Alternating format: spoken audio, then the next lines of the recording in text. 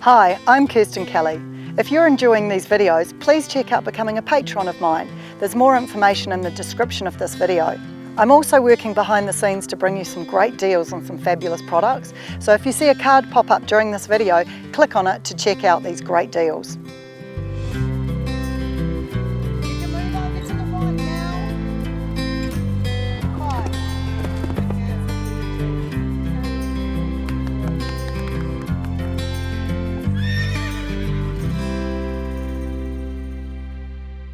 So this video is about dropping the horse in front of the fence. This is a really interesting topic because I hear a lot of new students come to me and say, people on the sideline said to me that my horse stopped because I dropped it and that I need to hold it up. So for me, my answer is I don't believe that horses stop because you drop them. You've got to actually reframe that and say horses stop because you were carrying them in the first place. There's no way that you softening your hand should make a horse stop unless they're balanced on the hand. So when you ride up to a fence, what I want you to think about is that your hands should have the good bend in your elbow so you've got that feeling of elastic contact, and that as the horse is traveling, it should feel like it's allowed to use its neck. So ask her to hop onto the bit now for me, Emma. So if you're cantering to the fence, yep, that's perfect because you can see how the head moves around.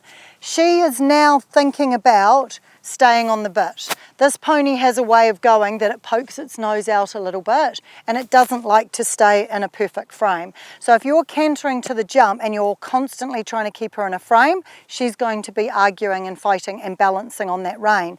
Then when you get to the jump and you go to soften, then that whole thing is that if she's against your hand and you soften, she's going to be leaning on it. So don't think, oh, I mustn't soften. Think to yourself, I actually should analyse the way my horse goes. It should be allowed to softly use its neck. And some of the beautiful European bred horses naturally have a beautiful arched neck. They cant around in the paddock with an arched neck. You know, if your horse is one of those, he will not have an issue of being on the bit into a fence.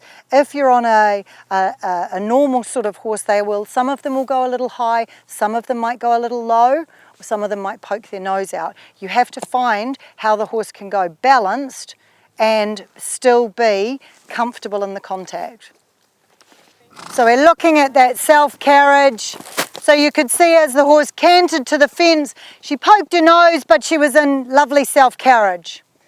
So Emma this time is going to demonstrate for us what it means when you are holding and hanging on. So this time, I want you to brace your hand down with straight arms.